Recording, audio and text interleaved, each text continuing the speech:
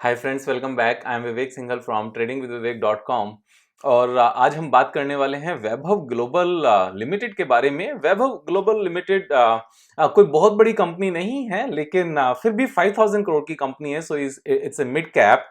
And वैसे हाल फिलहाल में मैंने एक चीज सोची थी कि शायद मैं small and mid cap stocks discuss नहीं किया करूंगा, लेकिन यहाँ अपॉर्चुनिटी इतनी अच्छी है कि still I am making money. और मैंने क्यों डिसाइड किया था, क्योंकि what I have observed during last 10 months, जब मार्केट नीचे जाना शुरू किया था अक्टूबर के बाद से, अक्टूबर लास्ट ईयर के बाद से, तो हमेशा जब भी शैलो फॉल आता है मार्केट में तो मिड कैप और स्मॉल कैप की अच्छी खासी पिटाई होती है, जबकि लार्ज कैप टॉप पर रुका रहता है। ऐसा लगता है कि Nifty is trading at all time high, लेकिन सिर्फ अपना ही पोर्टफोलियो डाउन है। तो उस सिनेरियो में सिचुएशन थोड़ी सी ऑकवर्ड होती है। ऑकवर्ड इन द सेंस कि सभी पार्टिसिपेंट मार्केट में पुराने नहीं होते, तो उन्होंने इन साइकिल्स को नहीं देखा होता, तो उन सबको लगता है कि सिर्फ अपना ही पोर्टफोलियो बेकार कर रहा है, तो अपनी स्ट्रेटजीज में प्रॉब्लम है, अपने स्टॉक सिलेक्शन में प्रॉब्लम है, या अपनी किस्मत में ही प्रॉब्लम है।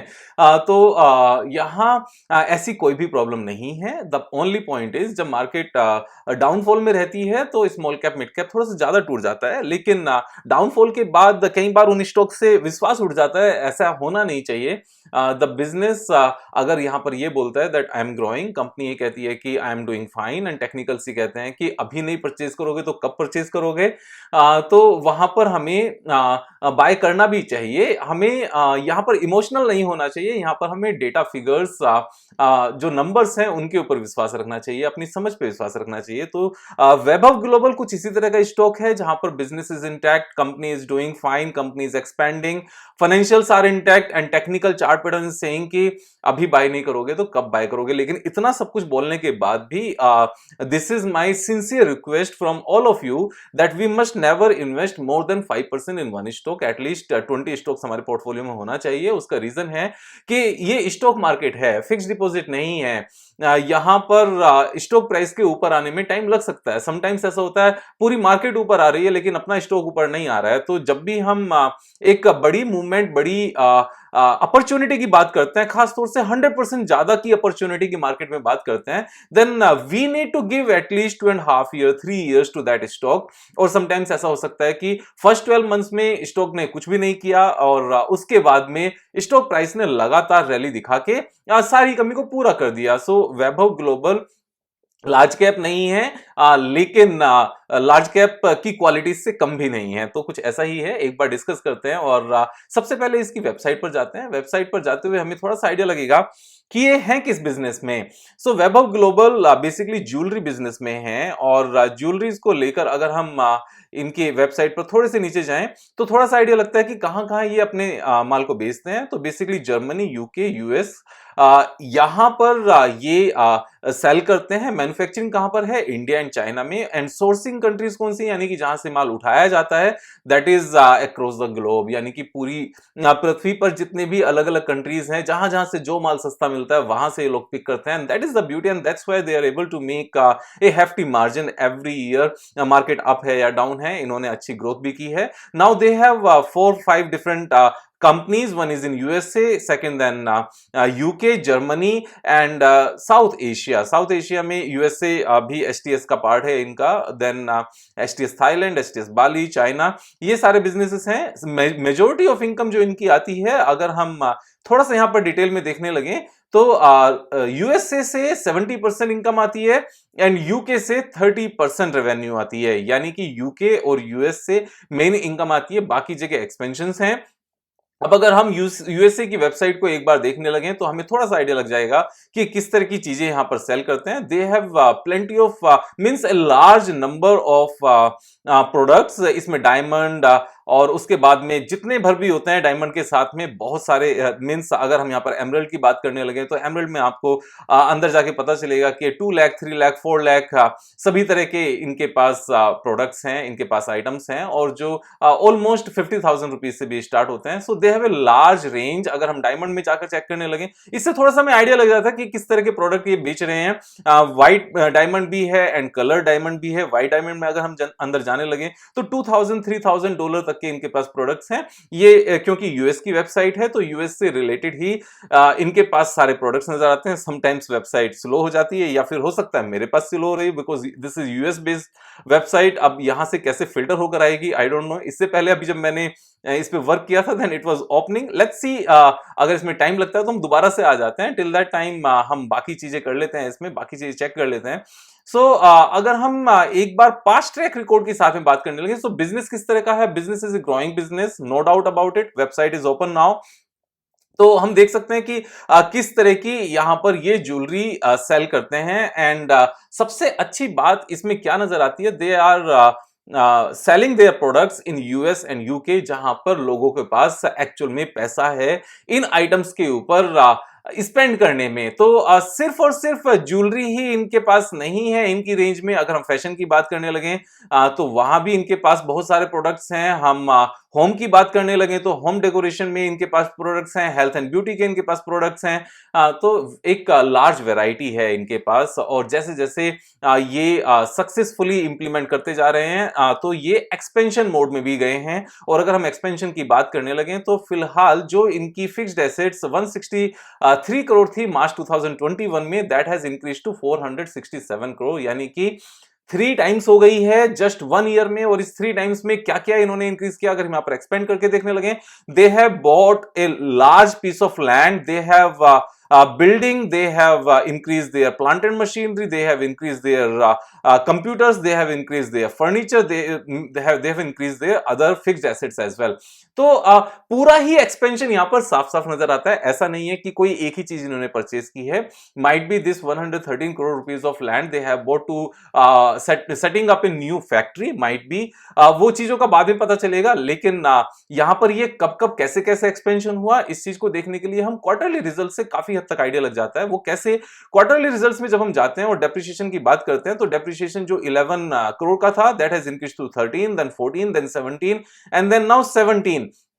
तो ये क्योंकि लार्ज पीस ऑफ लैंड भी इसका एक पार्ट है तो लैंड के ऊपर डेप्रिसिएशन यहां नहीं होता है, बिल्डिंग के ऊपर डेप्रिसिएशन होता है। बिल्डिंग और लैंड एक बड़ा पार्ट है तो बहुत ज्यादा इंपैक्ट इसलिए नहीं आया। लेकिन यहां हमें यह पता चल जाता है कि मार्च 2022 में ही एक्चुअल में, दिसंबर में उतना एक्सपेंशन नहीं हुआ था, ये एक्सपेंशन मार्च में ही हुआ था। और क्योंकि मार्च में ही हुआ था एक्सपेंशन इसलिए यहां बहुत ज्यादा ग्रोथ नजर नहीं आई, वो धीरे धीरे नजर आएगी। अब अगर हम क्वार्टरली रिजल्ट्स की भी बात करने लगे तो क्वार्टरली रिजल्ट्स में they have grown up their sales almost every quarter, consistent growth हमें नजर आती है। लेकिन नेट प्रॉफिटेबिलिटी की अगर हम बात करने लगे then it has reduced from 99 crore to 20 crore rupees. अब इसके पीछे के रीजंस क्या हैं? एक तो रीजन है यहां पर सेल्स भी कम हुई है और दूसरा रीजन यहां पर टैक्सेशन का भी है कि लास्ट ईयर सेम क्वार्टर में they had paid 17% tax but now they have paid 22% tax.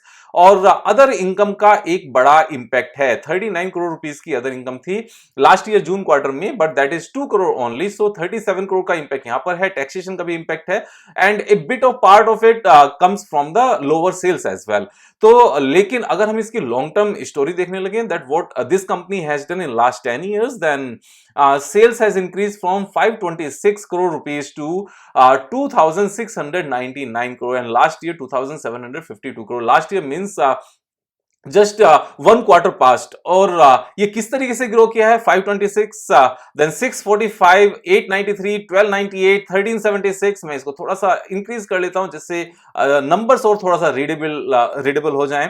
So 526 645 893 1298 1376 1277 means the same numbers but again increase 1439 1500 1800 1900 2500 2700 means सिर्फ और सिर्फ 1 ईयर इनका ऐसा गया था मार्च 2016 एंड वाला जब इनके सेल्स के नंबर्स डाउन थे। अदरवाइज एवरी ईयर इनकी सेल्स इंक्रीज हुई है। अगर हम नेट प्रॉफिट की बात करने लगे तो 43 करोड़ से इंक्रीज होते होते इनका net profit has gone up to 272 crore rupees. अब 272 करोड़ के बाद ये नेट प्रॉफिट कम क्यों हुआ, यहां एक क्वेश्चन मार्क है कि 272 से 238 क्यों हुआ। 159 को मैं इंपॉर्टेंस नहीं दे रहा हूं क्योंकि मार्च 2022 के बाद सिर्फ एक ही क्वार्टर गया है, that is the June quarter. और लास्ट ईयर जून क्वार्टर में 39 करोड़ की इनका एक्सेप्शनल गेन था जो इस बार नहीं है, इस वजह से ऐसा हुआ। लेकिन 238 करोड़ क्यों हुआ 272 से, उसका मेन रीजन जैसे मैंने पहले भी बहुत बार बताया है, बहुत सारे वीडियोस में बताया है, जब कोई कंपनी एक्सपेंशन में होती है मीन्स वो अपनी कैपेसिटी को एक्सपेंड कर रही होती है, तब बहुत सारे खर्चे उस एक्सपेंशन से रिलेटेड हमारी करंट क्वार्टर के, करंट ईयर के प्रॉफिट एंड लॉस स्टेटमेंट में खर्चे के रूप में दिखाए जाते हैं, क्योंकि उन खर्चों को सेग्रीगेट करना, बाइफरकेट करना, डिवाइड करना, अलग अलग रखना प्रैक्टिकली पॉसिबल नहीं होता, ना तो फाइनेंस डिपार्टमेंट के लिए, अकाउंट डिपार्टमेंट के लिए, और ना ही ऑडिटर्स के लिए।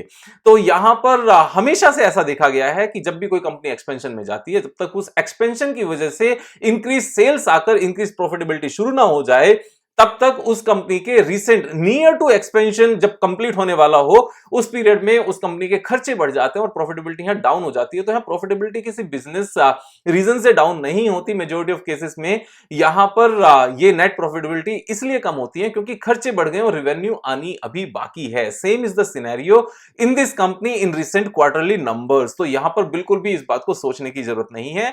अगर हम यहां पर रेशियोज की बात करने लगे, then return on capital employed is one of the amazing in this industry, means 30%, 36%, 23%, 27%। March 2017 and 16 ये एक्सेप्शनल था। 16 में हमने देखा भी था इनकी सेल्स भी कम हुई थी, लेकिन उससे पहले 35% के आसपास की इनकी आरओसीई रही है, रिटर्न ऑन कैपिटल एम्प्लॉयड रही है। अभी भी इस करंट क्वार्टर के बेकार नंबर के बाद भी यहां पर return on capital employed is 21%, which is amazing, and debt to equity is just 15%। तो ये एक अच्छी बात है कि कंपनी ने आज तक जितनी भी सेल्स ग्रो की है, अगर हम यहां पर एक बार बैलेंस शीट के नंबर्स को देखने लगे, जो बोरोइंग इनकी 202 करोड़ रुपीस थी almost 10 years back, 11 years back, वो कम भी हो गई है, और जो अपना पैसा यहां पर 129 करोड़ के आसपास था, वो इंक्रीज होकर 1000 करोड़ हो गया है। यानी कि बोरोइंग वहीं रही, इंटैक्ट रही, इवन कम हो गई, लेकिन जो अपना पैसा है वो इंक्रीज हो गया। जो लैंड सिर्फ 2 करोड़ की थी वो 113 करोड़ की हो गई। अगर हम उस बात को वहां से हटा दें, जो ग्रोस ब्लॉक इनका 245 करोड़ रुपीस था, वो इंक्रीज होते होते 670 करोड़ रुपीस हो गया है। और अदर एसेट्स जो 227 करोड़ की थी, that has increase to 1100 crore. इसमें अगर हम डिटेल में जाने लगे, जो इन्वेंट्री इनके पास 148 करोड़ के आसपास की होती थी, वो इन्वेंट्री 619 करोड़ की है। तो इस तरह की इंडस्ट्री में अगर इन्वेंट्री अच्छे साइज की होती है और प्राइसेस ऊपर जाते हैं, तो कंपनी को इस इन्वेंट्री के ऊपर सीधा सीधा बेनिफिट होता है। और गोल्ड के प्राइसेस एंड यहां पर डायमंड के प्राइसेस जनरली रिड्यूस नहीं होते। अगर मैं पिछले काफी टाइम की हिस्ट्री देखने लगूं, अगर आप खुद से भी देखने लगे, तो जो रिंग अब से ऑलमोस्ट 10 इयर्स पहले इंडिया में 60, 70, 80,000 के आसपास आती थी, वो अभी 5 लाख रुपीस की आती है। तो ये चीज मैं आपको अपनी रिंग से भी, मींस इट्स एन एग्जांपल, मैं अपनी रिंग से भी कर सकता हूं कि जो मेरी ये मैरिज के टाइम पर की रिंग थी, ये ऑलमोस्ट उस टाइम पर मेरे ख्याल से 90,000 के आसपास की थी। लेकिन अभी मैं जब अगर कभी हम कुछ ज्वेलरी परचेज करने जाते हैं, तो जब पता किया तो ये रिंग आज की डेट में करीब 8-9 लाख के आसपास आती है। तो इसमें यह नहीं है कि क्या हम इसको 8-9 लाख रुपीस का मार्केट में सेल कर सकते हैं वापस से। तो डायमंड की रीसेल वैल्यू काफी कम होती है, लेकिन यहां पर रीसेल वैल्यू नहीं देखी जाती इनके लिए। कंपनी के लिए specially nothing is to resale.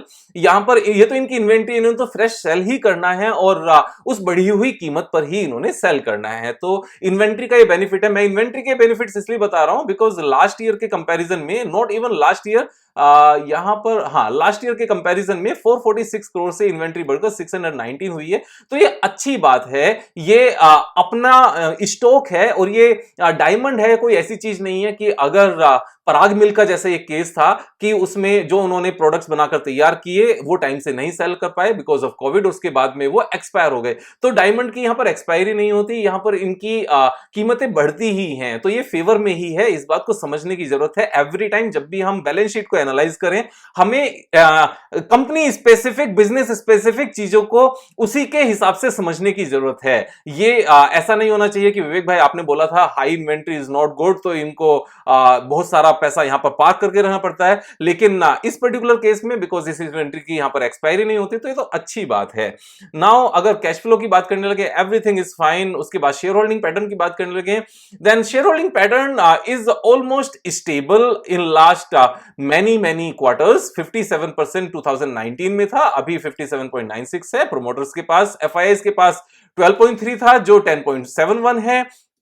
DIIs के पास 18% था, वो अभी भी 18 है, एंड पब्लिक के पास 11% था, अभी 12.76 है। लेकिन पब्लिक में यहां पर विजय केडिया जी ने जो अपनी शेयर होल्डिंग को थोड़ा सा कम कर लिया था मार्च 2021 तक आते आते, यहां पर सितंबर 21 तक, लेकिन सितंबर 21 के बाद he is also increasing his shareholding in this company, not by a large percentage, और large percentage से इंक्रीज नहीं करने का एक रीजन भी होता है। जनरली विजय केडिया जी हमेशा mid and small cap stocks में पैसे लगाते हैं, मिड एंड स्मॉल कैप में बहुत ज्यादा तेजी नहीं आई है, और एक्टिव इनकम कभी भी एग्जिस्टिंग शेयर होल्डिंग से बहुत ज्यादा नहीं होती, क्योंकि एक बार हमारा बड़ा साइज का पोर्टफोलियो बन जाए तो एक्टिव इनकम उसका एक छोटा सा पार्ट नजर आता है। हमारे उस बड़े साइज के पोर्टफोलियो से ही हमारी ईयर की इनकम हमारी एक्टिव इनकम से कई गुना होती है, तो सेम केस यहां पर भी नजर आता है। लेकिन जितना भी पैसा अवेलेबल है उसके हिसाब से उन्होंने यहां पर अपनी होल्डिंग को इंक्रीज किया है। अब ये जो होल्डिंग इंक्रीज की है, क्यों की है, ये टेक्निकल चार्ट पैटर्न से में साफ साफ नजर आता है। This is one of the amazing chart pattern जो रेयरली नजर आता है किसी भी स्टॉक में। So this stock had made a high in the month of May last year, और लास्ट ईयर मे 21 में बनाने के बाद में it has been in a down trend, but now down trend is over, it is trading in a range. और किस तरीके से, just with a single line, एक ही रेंज में लास्ट मैनी मंथ से, यानी कि जून से लेकर अगस्त तक, जून जुलाई अगस्त, यानी कि 3 मंथ्स हो गए हैं, और 3 मंथ से एग्जैक्टली सेम रेंज में चल रहा है। और सेम रेंज में चलते हुए क्या हो रहा है कि यहां पर आपको वॉल्यूम भी नजर आ रही है, यानी कि जितना माल बिकने के लिए आ रहा है ना, operator is buying each and every stock. और इससे पहले अगर मैं आपको एक इंपॉर्टेंट पॉइंट बताऊं आपको समझाने के लिए, जो इससे पहले ये वॉल्यूम है, जो ये लार्ज साइज की यहां पर वॉल्यूम है, और यहां से जो ये स्टॉक प्राइस ऊपर गया किस लेवल से, 359 से ऊपर जाते जाते इट वेंट टू 523, यानी कि विद इन फ्यू डेज इसने कितने परसेंट की रैली दिखाई, 46% की यहां पर रैली दिखाई विद इन फ्यू डेज। उसके बाद में यहां पर बाइंग रुक गई, एक ही रेंज में जितना माल बिकने को आता रहा वो सारा का सारा बाय हो रहा है, और ये सिर्फ और सिर्फ एक्यूमुलेशन है। जब किसी कंपनी की फिक्स्ड एसेट्स 146 करोड़ से इंक्रीज होकर 470 करोड़ के आसपास हो जाए, let me see the exact number, यहां पर अगर हम ग्रोस ब्लॉक की बात करने लगे, अगर हम फिक्स्ड एसेट्स की बात करने लगे, सो 163 करोड़ से इंक्रीज होते होते अगर 467 करोड़ हो जाए इमीडिएटली, तो यहां सेल्स बढ़ना जायज है, लाजमी है, ये फॉर श्योर है। And company has a proven track record of 11 years, जब कंसिस्टेंटली सेल्स इंक्रीज हुई है, उनके नेट प्रॉफिट इंक्रीज हुए हैं। जो कंपनी का अपना पैसा था ड्यूरिंग दिस पीरियड, जो सिर्फ और सिर्फ 129 करोड़ था, लास्ट 10 इयर्स में इंक्रीज करते करते उन्होंने 1094 करोड़ कर लिया है, 1100 करोड़ कर लिया है, ऑलमोस्ट 9 टाइम्स। तो ये एक अचीवमेंट है। तो इस तरह की कंपनीज के ऊपर मैं डाउट नहीं कर सकता, और खासतौर से जब ये इस तरह का चार्ट पैटर्न बन रहा हो, तो ये चार्ट पैटर्न एग्जैक्टली कहता क्या है कि यहां से नीचे आया इस तरीके से, उसके बाद में सीधा गया, और यहां से सीधा सीधा ऐसे ही जाना है इसने। And this is the first target of mine in this stock. ये टेक्निकल है, और टेक्निकल टारगेट, ये टेक्निकल टारगेट हमारी अगर हम बढ़त की बात करने लगे करंट प्राइस से, then this is 70%। Current trading price is 309 and technical target is 520। तो ये टारगेट अचीव होने में कितना टाइम लगना चाहिए? मैं कहता हूं पूरा साल भी निकल गया तो भी 70% है सिंगल शॉट में। एंड इस तरह की कंपनी में जहां पर सारे नंबर्स फंटेस्टिक हैं और कंपनी ग्रोइंग पाथ पर है। उसके बाद में अगर थोड़ा सा लंबे टाइम की बात करने लगे, मींस लाइफ टाइम हाई तक जाने की बात करने लगे कि लाइफ टाइम हाई तक जाता है तो इसमें कितना पोटेंशियल है, then this is an amazing multi bagger stock. Current trading price से लेकर और अगर हम इसको लाइफ टाइम हाई तक की बात करने लगे, then it has a potential to give us 232% gain. Means share price जो अभी 310 रुपीज का है, it can go up to 1030, यानी कि अगर इसमें 3 लाख रुपीज आज लगाए जाएं तो ये 10 लाख रुपीज बन जाएंगे विद इन 2-3 ईयर्स, और हो सकता है उससे पहले भी आ जाए। लेकिन मैं ये कहता हूं कि जितना टाइम इसको नीचे आने में लगा, जितना टाइम इसने यहां से लेकर, मैं एक बार इसको पिक कर लेता हूं टूल को, यहां से लेकर और पूरे 447 डेज में ये डाउन ट्रेंड आया। अगर यहां से लेकर सेम ही टाइम इसको आगे लगता है, 447 डेज ही लगते हैं, मैं 447 डेज तक ही पहुंच जाता हूं एक बार करके यहां पर। तो ये किस डेट तक हम पहुंच जाते हैं एक बार देख लेते हैं कि ये कौन सी डेट है। और यहाँ पर देख के पता चलता है देन दिस इज 23 अक्टूबर 23, यानी कि ऑलमोस्ट नेक्स्ट 1 ईयर में ये टारगेट अचीव होता हुआ नजर आता है। These are technicals, this is not something कि मैं अपने मन से कुछ भी कह रहा हूं, मैं अपने एक्सपीरियंस से यहां पर ये सारी बातें कर रहा हूं। तो लेकिन अगेन आई एम सेइंग, अगर ये स्टॉक यहां से नीचे जाता है तो परेशान होने की जरूरत नहीं है। This is a great company and this is not a recommendation. What I am saying कि किसी भी स्टॉक में पैसे लगाने से पहले we need to understand the business, we need to understand the products, we need to understand the financials, we need to understand the past track record, whether they have been able to make money or not. We need to understand that why the revenue of this company will increase. We have seen that they have increased the fixed assets from 163 crore to 467 crore. We have seen that the management is capable enough to generate a very good return on capital employed consistently no matter what. कोई भी year आज तक इनका ऐसा नहीं गया जब इन्होंने लॉस जनरेट किया हो, except 1 year, and that 1 year was coupled with the other loss, यानी कि एक्सेप्शनल लॉस। अदरवाइज जो हम ऑपरेटिंग, अगर ये एक्सेप्शनल लॉस नहीं होता then it would have been a profit of course. तो एक भी साल इनका लॉस में नहीं गया। This is the beauty of this company. आप अपने हिसाब से ट्रेड करेंगे, मेरा काम आपको समझाना था। और समझाना क्यों था? क्योंकि अंदर से मन होता है, वी आर इंडियंस, अगर हम अपने एफर्ट्स डालकर जो नॉलेज लास्ट 18 ईयर्स में यहां पर ग्रैब की है, मार्केट में समझ के, दिन रात मेहनत करके, 24 घंटे में से सिर्फ 4-5-6 घंटे सोकर बाकी लगातार काम करके, अगर मैं उस नॉलेज को आपके साथ शेयर करता हूं और आप उससे कुछ सीख पाते हो, अपनी फाइनेंशियल हेल्थ को इंप्रूव कर पाते हो, तो यहां पर 2-3 पर्पस सोल्व होते हैं। एक तो इंडिया ग्रो करता है, आपका परिवार ग्रो करता है, आपका फाइनेंशियल स्ट्रक्चर ग्रो करता है, आप भी अपने आप में कैपेबल हो जाते हो सीखने के बाद कि आप किसी दूसरे को सिखा पाओगे, और साथ में मुझे ब्लेसिंग्स मिलती हैं। तो ये ब्लेसिंग्स मिलने से मेरा भी काम हो जाता है, आपका भी काम हो जाता है। तो यहां पर देखते रहिए। अगर सब्सक्राइब नहीं किया चैनल को सब्सक्राइब करें, क्योंकि मैं कोशिश करता हूं एवरीडे 7 o'clock एक नई वीडियो लेकर आऊं, जिससे हम सब अपनी लाइफ को इंप्रूव कर सकें। सब अपना ख्याल रखिए। Thank you so much. जय हिंद।